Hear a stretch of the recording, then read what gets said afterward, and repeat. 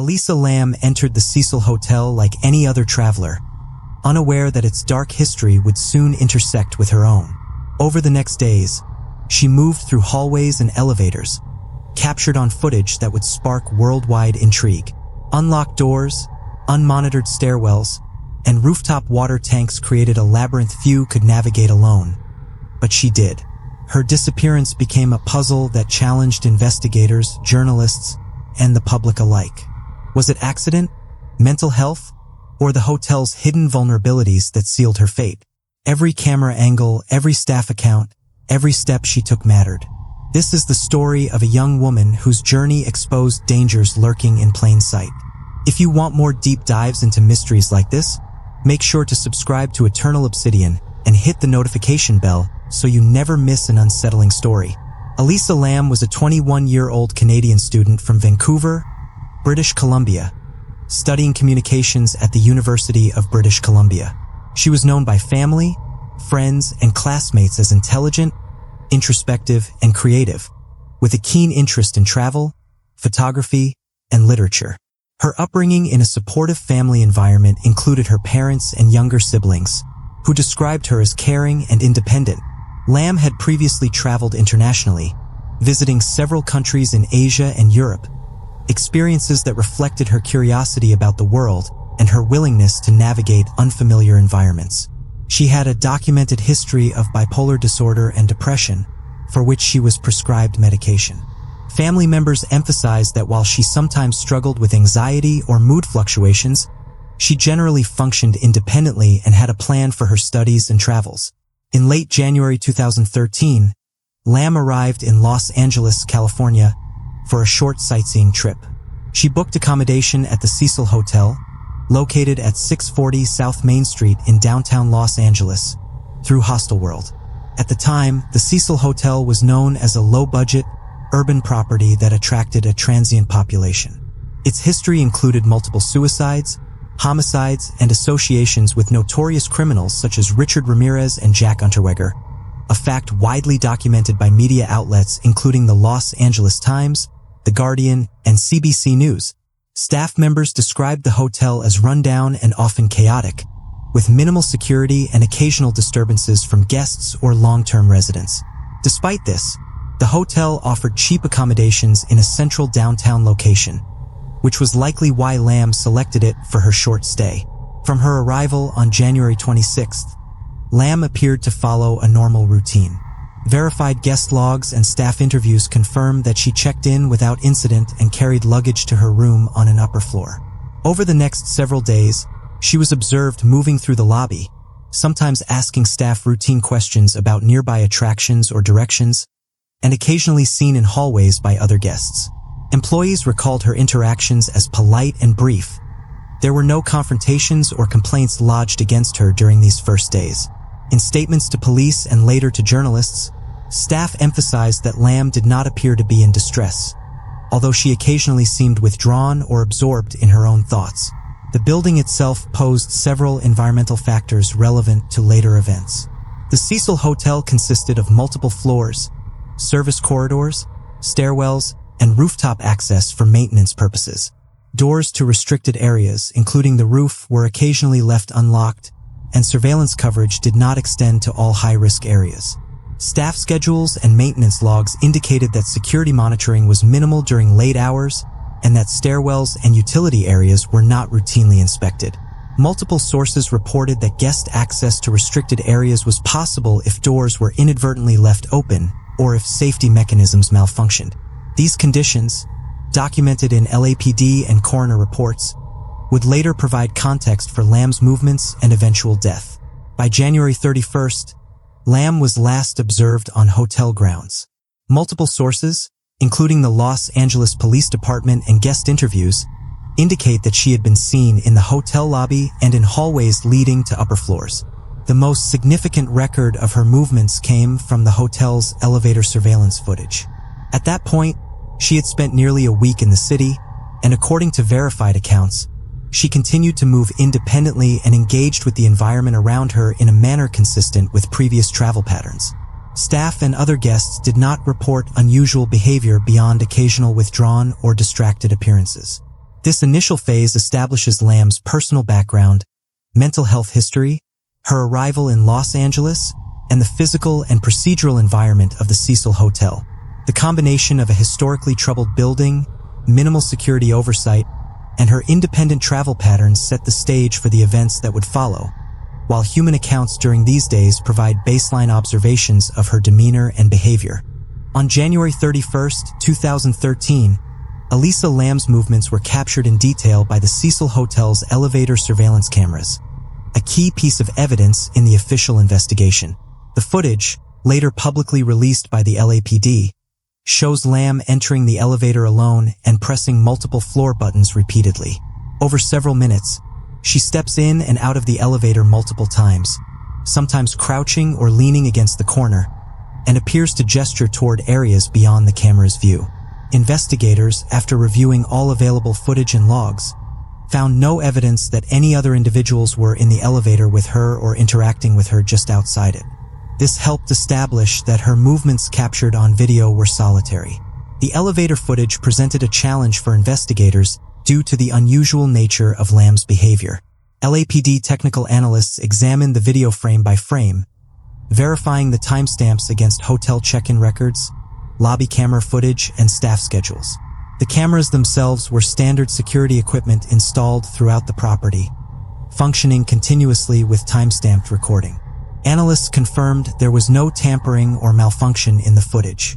The video captured Lam's activity over several minutes, showing her pressing nearly all floor buttons, stepping out before doors closed fully, and repeating the process.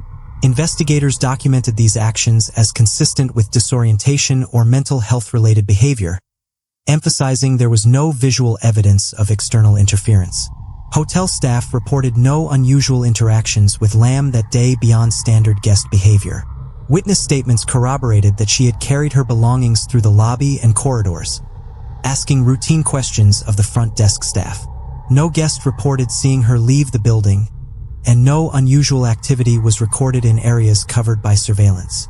Investigators noted that stairwell doors and service corridors, which could lead to the roof, were inconsistently monitored, and there were periods when staff oversight was minimal, particularly during daytime shift changes. These gaps were documented in LAPD reports as contributing environmental factors in understanding Lam's movements. The technical review extended beyond the elevator footage.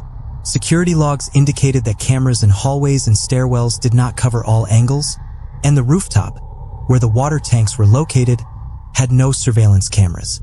Maintenance records showed that access to the roof was possible through a locked door that staff sometimes left ajar. Investigators confirmed that while this represented a procedural lapse, there was no evidence Lam had been assisted or coerced by anyone in accessing these areas.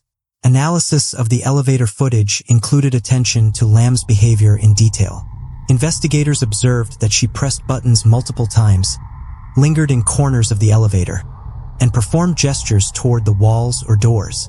While public speculation interpreted these movements as unusual or potentially threatening, LAPD reports emphasized that the actions were consistent with behavior sometimes seen in individuals experiencing disorientation, anxiety, or symptoms associated with bipolar disorder or depression. There were no physical signs or recordings of coercion, assault, or interaction with other people in the video. Combined with human accounts and staff schedules, the technical analysis of the elevator footage provided a framework for understanding her likely movements through the building after leaving the elevator. The video offered the last confirmed visual record of Lam's movements and highlighted areas of the building, such as stairwells and service corridors, that were not adequately monitored. These factors would later explain how she accessed the rooftop water tanks undetected.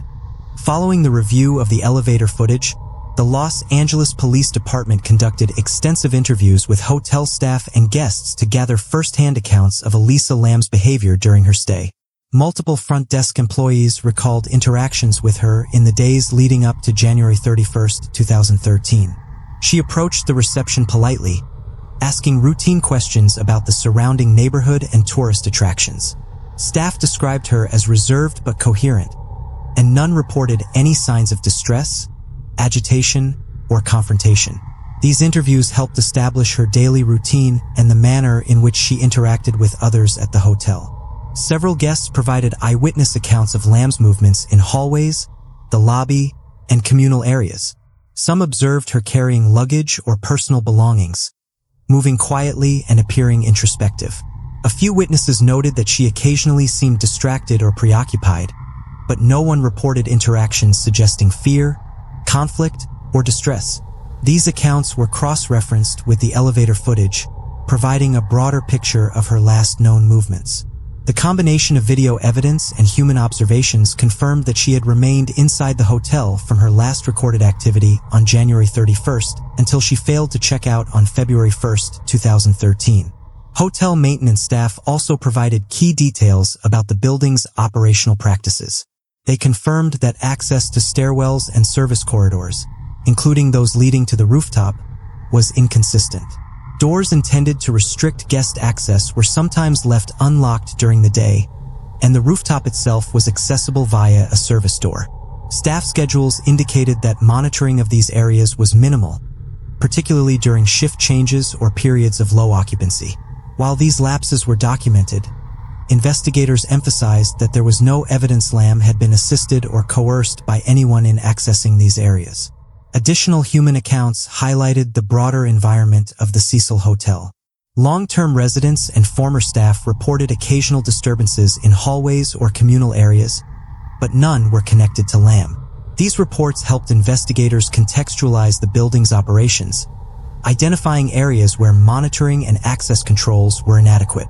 Eyewitnesses consistently indicated that Lam appeared independent and self-directed in her movements, with no interactions suggesting the involvement of other guests or staff in her disappearance. Investigators also noted that the timeline reconstructed from human accounts aligned with the security footage. Witnesses recalled seeing Lam in specific areas of the hotel shortly before and after her elevator activity. These reports, combined with staff schedules and guest check-in records, confirmed that no one else was observed accompanying her. By comparing multiple accounts, authorities were able to establish a sequence of movements that reinforced the conclusion that Lam acted alone in navigating the building's corridors, stairwells, and restricted areas. The human accounts collected during this phase added essential context to the technical observations from the elevator footage. While the video captured unusual behavior, witness statements corroborated that Lam had minimal interactions with others, moved independently, and remained largely unobserved in areas of the hotel where surveillance was absent. These verified accounts formed the basis for the subsequent phases of investigation, particularly the reconstruction of her movements leading to the rooftop water tanks. Using the verified elevator footage and eyewitness accounts, investigators reconstructed a detailed timeline of Elisa Lam's movements in the Cecil Hotel. The footage from January 31st, 2013, showed her last confirmed visual record. From that point, authorities cross-referenced staff schedules, maintenance logs, and guest reports to identify where she could have moved next. The combination of limited surveillance coverage and inconsistent door security created a range of plausible paths through the hotel. Investigators focused on stairwells and service corridors, which provided access to upper floors and the roof. Staff interviews confirmed that doors intended to restrict access were occasionally left unlocked, particularly during daytime maintenance or shift changes. Multiple corridors were unmonitored, creating potential pathways for guests to move freely. Based on security footage timestamps and human accounts, Lam appeared to move independently through these areas, carrying her belongings and occasionally pausing in hallways. Investigators emphasized that these movements were consistent with self-directed exploration rather than external influence. The rooftop presented a significant factor in reconstructing the timeline. Maintenance and structural reports indicated that the roof contained 4 large water tanks, each approximately 1,000 gallons in capacity. Access to the rooftop was possible via a service door, and while intended to be secured, the door was not consistently locked. Structural assessments confirmed that the water tanks, while not designed for human entry, could be accessed via ladders inside the tanks. Investigators concluded that Lam had the physical ability to reach the rooftop and the tank without assistance. By integrating staff schedules, surveillance footage, and guest statements, authorities estimated the likely window during which Lam accessed the rooftop. Elevator footage indicated she left the elevator alone at approximately 1 p.m. on January 31st. Staff interviews and lobby activity logs suggest she moved through hallways and stairwells in the early afternoon, encountering minimal or no other guests or staff. The absence of surveillance on stairwells and the roof meant that no visual confirmation existed for her movements after leaving the elevator, but human accounts confirmed she was unaccompanied. Investigators also reviewed building schematics to verify feasible routes to the rooftop. Multiple stairwells converged near service corridors leading to the roof. The structural configuration, combined with gaps in monitoring, explained how Lam could reach the tanks without detection. While the exact duration she spent moving through the corridors and stairwells could not be determined precisely, the sequence of access points aligned with the elevator footage and eyewitness accounts. Further analysis of timelines included cross-referencing guest complaints regarding water quality, which prompted inspection on February 19th. This verified that Lam's body remained in the tank for over 2 weeks before discovery. Investigators also considered building occupancy logs, guest movements, and staff shift schedules to narrow the window in which she likely reached the rooftop. The reconstruction emphasized her independence, showing no evidence of interference from other individuals. On February 19, 2013, 19 days after Elisa Lam was reported missing, her body was discovered in one of the rooftop water tanks at the Cecil Hotel. Guests had lodged complaints about low water pressure and an unusual taste in the water, prompting hotel maintenance staff to inspect the 4 large tanks on the roof. Each tank held approximately 1,000 gallons of water, and access was provided via a service door leading to the rooftop. Staff discovered Lam's body fully submerged, and her presence in the tank immediately prompted the involvement of the Los Angeles Police Department. The Los Angeles County coroner conducted a comprehensive autopsy to determine the cause of death. The official finding classified Lam's death as accidental drowning, with bipolar disorder and depression listed as significant contributing factors. The autopsy revealed no evidence of physical trauma, such as cuts, bruises, or defensive wounds, which would have indicated a struggle or assault. Toxicology reports found no alcohol, illegal drugs, or her prescribed medications in her system, supporting the conclusion that she acted independently. Coroner statements emphasized that while mental health conditions may have influenced her behavior, there was no evidence suggesting suicidal intent. Investigators examined the structural and physical characteristics of the water tanks to understand how Lam may have entered.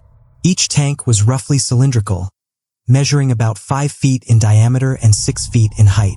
While not designed for human access, the tanks contained ladders and openings that, although awkward, allowed entry without mechanical assistance. LAPD reports, verified by on-site assessments, indicated that Lam had gained access to the roof and ended up in the water tank on her own. There were no indications of external manipulation, tampering, or involvement by others. Additional forensic observations focused on the water tanks themselves and the surrounding rooftop. Maintenance staff confirmed that the roof had limited supervision and no surveillance cameras. The access door to the rooftop, while intended to be secured, was inconsistently monitored, and staff schedules showed that routine checks were not performed systematically. Investigators noted that these environmental factors did not directly cause her death, but enabled the circumstances under which a guest could access and enter a tank undetected. The coroner also examined Lam's body positioning and condition to confirm the manner of death. The body's orientation suggested she had entered the tank without assistance, with no signs of external interference.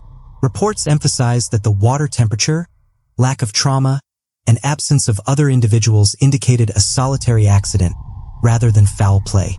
Further forensic analysis confirmed that the elevator footage and witness statements aligned with the eventual discovery location. Investigators cross-referenced the timeline from her last known movements in the elevator, eyewitness accounts from staff and guests, and building access logs. The evidence consistently showed that Lam navigated the hotel independently, accessed the rooftop via service corridors and stairwells, and maneuvered into the water tank on her own. No evidence suggested third-party involvement, coercion, or criminal intent. After Lam's body was discovered, investigators conducted a detailed technical assessment of the Cecil Hotel to verify how she could have accessed the rooftop water tanks. Security footage from elevators, hallways, and the lobby was reviewed in conjunction with staff schedules and maintenance logs. Analysts confirmed that while the elevator captured her unusual behavior, the stairwells, service corridors, and rooftop were not covered by cameras. This created gaps in visual monitoring that allowed for independent movement throughout the building. Maintenance logs and staff interviews indicated that stairwell doors and the rooftop access door were sometimes left unlocked or inadequately secured. Investigators noted that these lapses were procedural rather than intentional, reflecting minimal oversight during shift changes and periods of low occupancy. Structural schematics of the building were reviewed to determine feasible paths to the roof. Multiple stairwells connected to service corridors leading directly to the rooftop, making it physically possible for a guest to navigate without assistance. The rooftop water tanks were also examined in detail. Each tank contained a ladder, and structural assessments confirmed that while entering the tank required effort, it was achievable without external help. Investigators emphasized that no evidence indicated tampering, assistance, or coercion from any other individuals. Environmental factors, including unmonitored corridors, inconsistent door locks, and absence of surveillance, created the conditions under which Lam could access the rooftop undetected. Technical corroboration extended to cross-referencing timestamps from the elevator footage with staff activity logs. Investigators confirmed the continuity of video records and verified that no other individuals were present during Lam's recorded movements. Interviews with maintenance staff indicated that routine checks of the rooftop and water tanks were infrequent and inconsistently documented. This further reinforced the likelihood that Lam acted independently when accessing the tanks. Investigators also considered natural environmental factors, including lighting, visibility, and building layout. The rooftop had limited obstructions and clear sight lines from certain points, but the location of the tanks, combined with partial enclosures, allowed for privacy and minimized the chance of detection. Staff schedules showed minimal rooftop activity, particularly during the afternoon when Lam likely accessed the area. The technical assessment concluded that the hotel's environmental and operational conditions facilitated independent access to the rooftop tanks. Combined with the lack of toxicology findings, absence of trauma, and witness statements, the evidence indicated that Lam's movements were self-directed. Investigators documented these findings in reports to the Los Angeles Department of Building and Safety, highlighting systemic vulnerabilities that indirectly contributed to the circumstances of her death. Following the discovery of Elisa Lam's body, authorities conducted an extensive review of the Cecil Hotel's operational, procedural, and safety protocols. The Los Angeles Police Department, working alongside the Los Angeles Department of Building and Safety, analyzed the building's maintenance schedules, staff procedures, and security protocols to identify systemic gaps that may have indirectly contributed to the circumstances of Lam's death. This review examined not only the structural and environmental conditions, but also organizational practices, training procedures, and oversight mechanisms.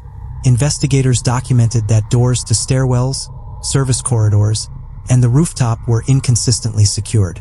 While some doors had locks and were intended to restrict access, staff interviews revealed that these were frequently left unlocked during routine maintenance or shift changes. Multiple stairwells converged at service corridors leading to the roof, providing several routes that could be navigated undetected. The gaps in monitoring were not the result of negligence alone, but reflected the hotel's operational limitations, including understaffing, inconsistent training, and reliance on informal procedures rather than systematic security oversight. A key area of focus during the procedural review was the rooftop water tanks. The rooftop water tanks were supposed to be inspected and cleaned quarterly, but maintenance records showed this schedule was not consistently followed. Investigators reviewed logs from multiple years and found gaps in documentation, indicating that inspections were irregular. Maintenance staff confirmed that complaints about low water pressure or unusual taste were logged, but did not always result in immediate inspection or corrective action. While these procedural lapses did not directly cause Lam's death, they allowed conditions under which unauthorized access to the tanks could occur and remain unnoticed for an extended period. Investigators also reviewed staff training protocols.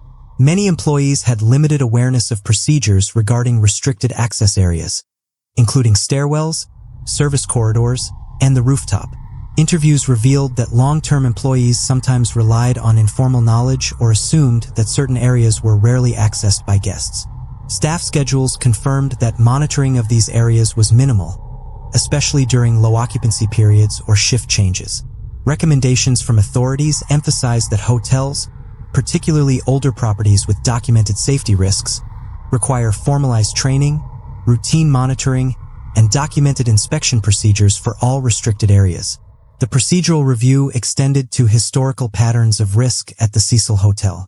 The building had a long history of criminal activity, including prior suicides, homicides, and associations with notorious criminals such as Richard Ramirez. Investigators noted that previous incidents highlighted the importance of strict access control, systematic maintenance, and staff vigilance. While historical events were not causally linked to Lam's death, they underscored the hotel's operational vulnerabilities and the need for proactive risk mitigation. Additionally, investigators assessed the interaction between structural factors and operational practices. The roof was physically accessible, and the water tanks, although intended for maintenance, could be reached by a determined individual. The absence of surveillance cameras in these areas, combined with inconsistent door locks and minimal staff monitoring, created an environment where a guest could navigate to the tanks without detection. These findings were documented in detailed reports submitted to the Department of Building and Safety, which included recommendations for improving access control, monitoring, and staff training. The discovery of Elisa Lam's body at the Cecil Hotel rapidly attracted widespread media attention, both locally and internationally.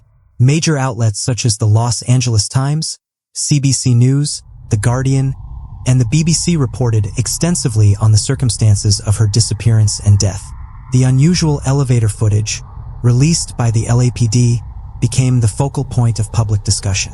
While the footage showed Lam exhibiting unusual movements, official reports emphasized that no other individuals were present in the elevator or near her, and her behavior was interpreted in the context of her documented bipolar disorder and depression. Media coverage carefully noted the verified findings from law enforcement and the coroner's office. The Los Angeles County Coroner's report classified her death as accidental drowning, influenced by pre-existing mental health conditions. Toxicology findings confirmed that no alcohol, illegal drugs, or prescribed medications were in her system at the time of death. Investigative journalism highlighted these verified details while also reporting on procedural gaps in the hotel's operations, including inconsistent rooftop access monitoring and irregular maintenance inspections of the water tanks.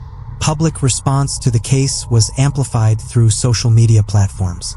Users shared the elevator footage widely, prompting both ethical debates and widespread speculation. Authorities and journalists repeatedly emphasized the importance of respecting verified information and avoiding unfounded claims about foul play or supernatural involvement. Public discourse included discussions on mental health awareness, emphasizing the challenges faced by individuals living with bipolar disorder and depression, especially when navigating independent travel or unfamiliar environments. The cultural impact of the case extended to the hospitality industry. Analysts noted that the Cecil Hotel's long history of criminal activity, suicides, and violent incidents became intertwined with the narrative of Lam's death. Discussions in professional forums and hospitality risk assessments highlighted the importance of security protocols, regular inspections, and staff training to prevent unauthorized access to restricted areas.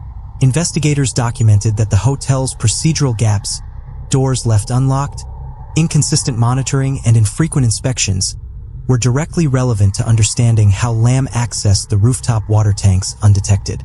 Ethical considerations surrounding the publication of elevator footage became a topic of debate. Journalists and advocacy groups highlighted the potential harm of circulating sensitive materials involving deceased individuals. At the same time, public interest in understanding the circumstances of Lam's disappearance fueled continued coverage, including investigative reporting on building safety, guest oversight, and operational practices in urban hotels. Authorities underscored that the footage should be interpreted in conjunction with official reports, structural assessments, and human accounts, which collectively supported the conclusion that Lam acted independently. The case also resonated with mental health advocates, who emphasized the interplay between pre-existing conditions and environmental factors. Analysts noted that Lam's documented bipolar disorder and depression could have influenced her behavior in stressful or unfamiliar situations, such as navigating the multi-story hotel alone. Public health discussions stressed the importance of support systems for individuals traveling independently, including access to mental health resources and guidance on safety in unfamiliar urban environments. In addition to mainstream media coverage, the case entered broader cultural discourse. Documentaries, podcasts, and online investigative channels examined verified aspects of the events, providing detailed timelines, procedural analyses, and structural assessments of the Cecil Hotel. All coverage that adhered to factual reporting emphasized that there was no evidence of foul play, coercion, or third-party involvement, and that Lam's movements were consistent with independent exploration within a minimally supervised environment. Following the discovery of Elisa Lam's body and the extensive procedural review, authorities continued a comprehensive investigative follow-up to ensure all aspects of her disappearance and death were fully documented. The Los Angeles Police Department coordinated with the Los Angeles County coroner, hotel management, and building safety officials to gather every available source of information, including surveillance footage, staff and guest statements, maintenance records, and structural schematics of the Cecil Hotel. The goal was to corroborate the sequence of events, identify any procedural gaps, and determine whether third-party involvement played any role. Investigators confirmed that Lam's movements from the elevator to the rooftop were consistent with independent exploration within the hotel. Security footage, cross-referenced with staff schedules, revealed no evidence of other individuals in the corridors, stairwells, or elevator at the time she was observed. Witness statements corroborated that she had minimal interactions with hotel staff or guests in the hours leading up to her disappearance. These findings were reinforced by technical assessments of the building, which indicated that stairwells, service corridors, and rooftop access points were insufficiently monitored, allowing her unobserved movement to the water tanks. The official investigation also included a detailed examination of the rooftop and water tanks themselves. Structural and maintenance reports confirmed that the tanks, while not designed for human entry, could be accessed via internal ladders. No evidence of tampering or mechanical assistance was found. Coroner findings supported this assessment, noting that Lam's body exhibited no trauma and that toxicology reports detected no alcohol, illegal drugs, or prescribed medications. The combination of environmental, structural, and technical evidence indicated that she entered the tank alone. Investigators further reviewed the hotel's operational procedures. It was documented that the rooftop water tanks were supposed to be inspected quarterly, but records showed the schedule was not consistently followed. Staff interviews revealed that doors to restricted areas were occasionally left unlocked, and rooftop monitoring was minimal. While these procedural lapses did not directly cause Lam's death, they created the conditions under which she could access the rooftop undetected and remain in the water tank for over 2 weeks before discovery. These findings were formally reported to the Los Angeles Department of Building and Safety as part of a risk assessment for urban hospitality environments. The investigative follow-up also addressed public and media speculation. Authorities emphasized that no evidence supported theories of foul play or third-party involvement. Every technical, human, and forensic source indicated that Lam's movements were self-directed. Investigators highlighted that her documented bipolar disorder and depression were relevant to interpreting her behavior, particularly in the elevator footage, which showed unusual movements consistent with disorientation or anxiety but did not suggest coercion or external interference. Official findings were summarized in detailed reports, noting that the death was classified as an accidental drowning influenced by pre-existing mental health conditions, with environmental and procedural factors at the hotel serving as contributing circumstances. Investigators made recommendations for improving hotel security, monitoring, and staff training to prevent similar occurrences. These included ensuring that all restricted areas are consistently secured, monitoring access points continuously, and adhering strictly to routine maintenance and inspection schedules for utilities such as water tanks. The follow-up also included consultations with structural engineers and hospitality safety experts. Reports confirmed that while the tanks and rooftop were physically accessible, adherence to proper security and maintenance protocols could have prevented unauthorized access.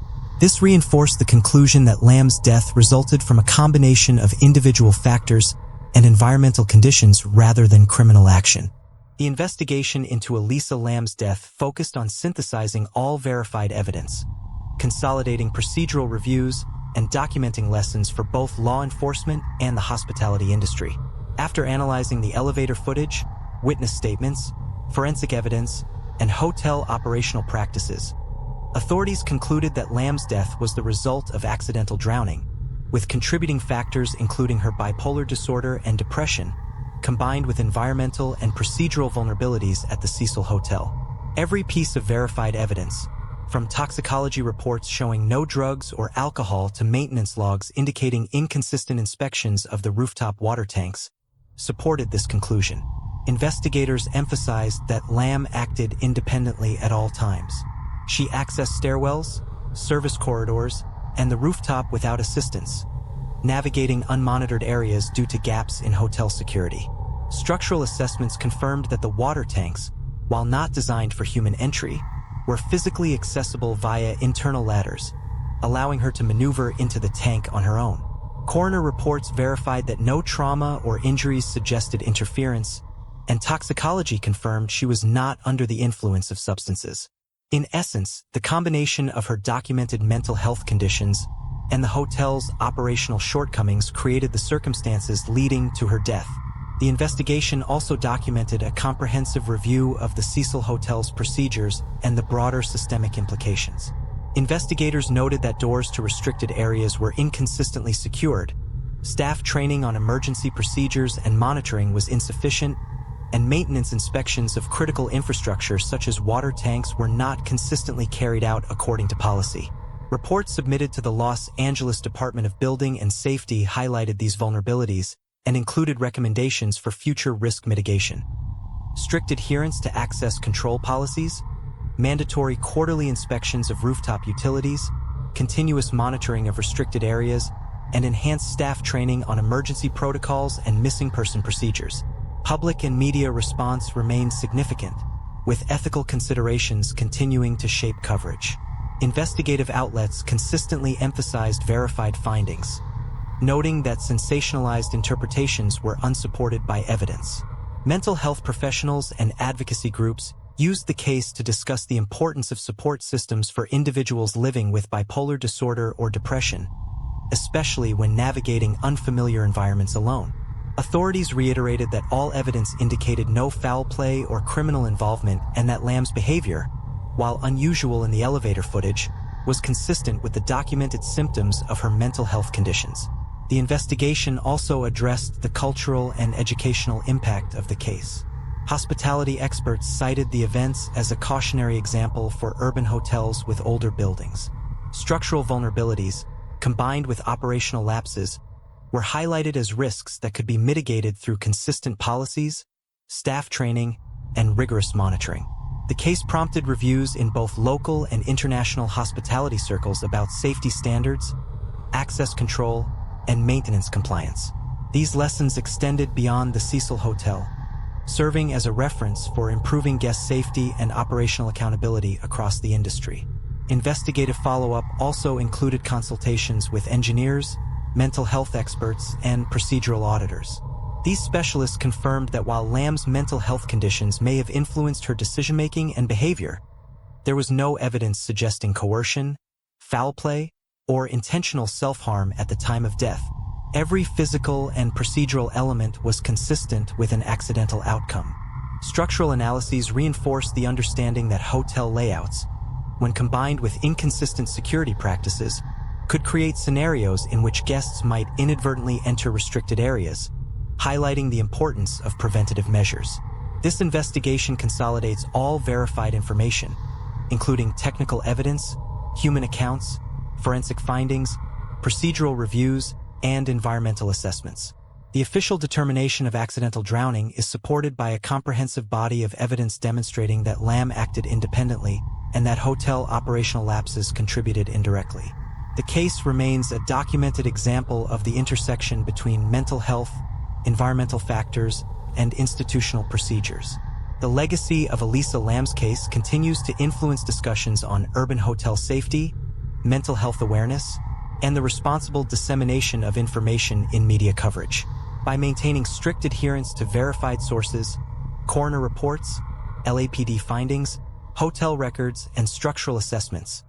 The investigation provides a complete, factual narrative of her final days. Lessons learned include the importance of secure access to hazardous areas, consistent maintenance and inspection schedules, and the necessity of considering mental health factors when interpreting unusual behavior. Ultimately, the case underscores that a combination of independent actions and environmental conditions, rather than external interference, led to Lam's untimely death, providing a comprehensive framework for understanding similar incidents in the future. The case of Elisa Lam and the events at the Cecil Hotel continue to raise questions about mental health, environmental factors, and procedural gaps that can collide in ways most of us never imagine. It makes you wonder how small oversights or unseen vulnerabilities can have such serious consequences.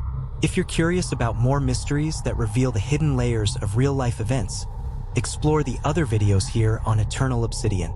Stick around, you never know what story might challenge everything you think you know.